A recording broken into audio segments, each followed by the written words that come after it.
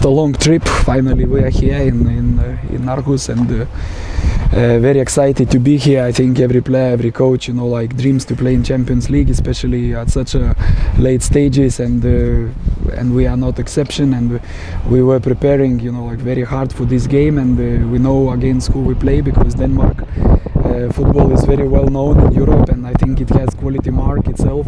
The national team, the individual players, the coaches, the clubs, and to become a champion of Denmark is not an easy job, and we play a really quality team that has a lot of quality all over the pitch, and especially away game we know what to expect, but also we have our own strengths, and we know that opponent has weaknesses, so it's just for us coaches to make a plan that we can put our strengths over on top of their weaknesses, and hopefully players to execute that plan to the small details, and is two legs, not only one part of the tie tomorrow. So I believe if we play a good game tomorrow, everything will be decided back home in Baku, where we're gonna be hosts. So let's see what we can do tomorrow.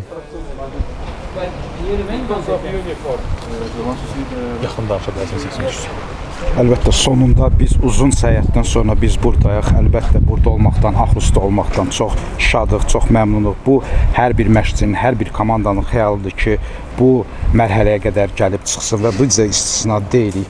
Bugünkü sabahki oyuna biz həqiqətən çox yaxşı hazırlaşmışıq, rəqibimizi tanıyırıq, bilirik. Danimarka futbolu istər milli səviyyədə olsun, istər klub səviyyəsində olsun, istər fərdi şəkildə olsun, individual oyuncular şəkildə olsun, çox yaxşı, çox kəfiyyətli bir komandada, çox yaxşı bir futbola malikdirlər.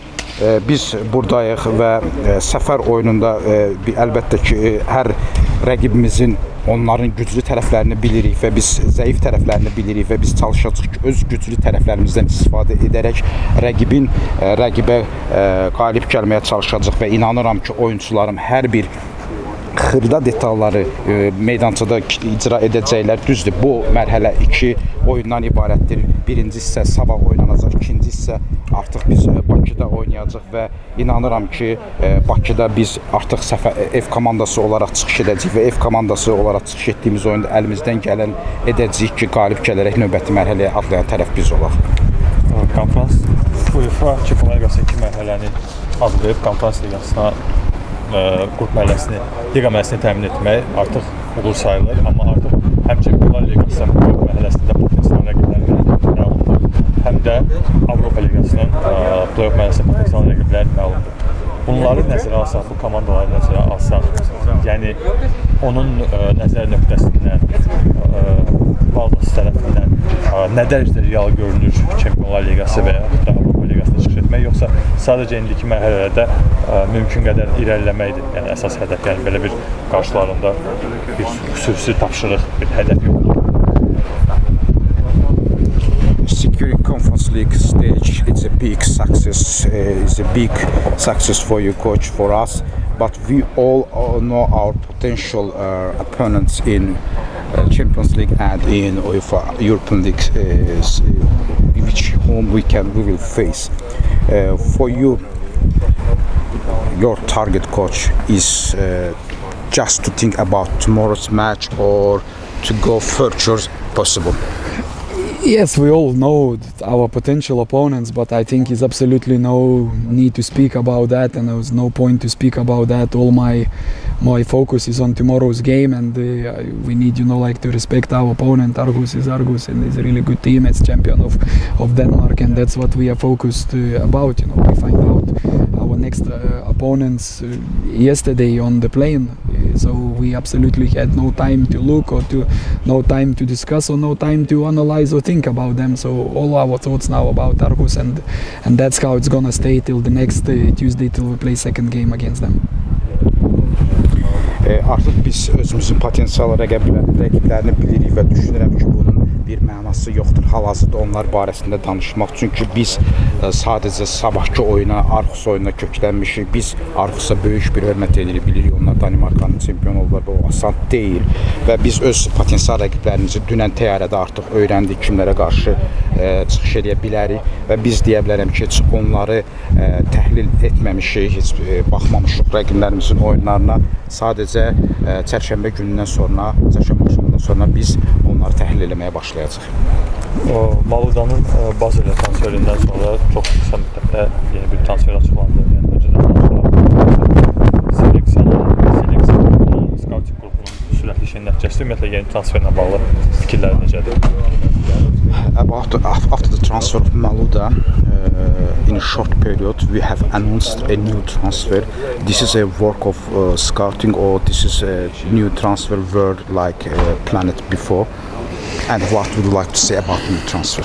So look, first of all, I would like to say, a very big thank you to Aron Maluda, because I think really young player who helped a lot of us last season, winning the title, winning the cup, and I think Sabah helped him as well, and it was really nice story, young player coming, shining, doing good things, and then going, and club is benefiting from that. And about Christian Wachukwu, is the new transfer, I think is again, shows how good Sabah management is, and they anticipate, they prepare themselves. So one player goes, there are targets. So scouting team, sport director, they work absolutely non-stop, and that's what I always say. That scouting and transfers are not only transfer window thing. It has to carry on, during the season, and that's exactly what we're trying to do. We all the time, monitor the best potential prospects, the best young players, and I think that reaction, how one player goes and another player immediately comes in to fill the gap, it shows the quality of teamwork, especially management and scouting teamwork. Of course, the rest is down to the coach and down to the player, how good, and how fast this player can be in the system. Of course, it takes a little bit of time. He had only 2 tactical trainings, so no proper team trainings, not a proper team game trainings, but we are happy, he's here, and I believe that, he can be very, very good for our team in the future. Əvvəlcə mən Maluda'ya böyük təşəkkürlər etmək istəyirəm, böyük minnətdarlığımı bildirmək istəyirəm.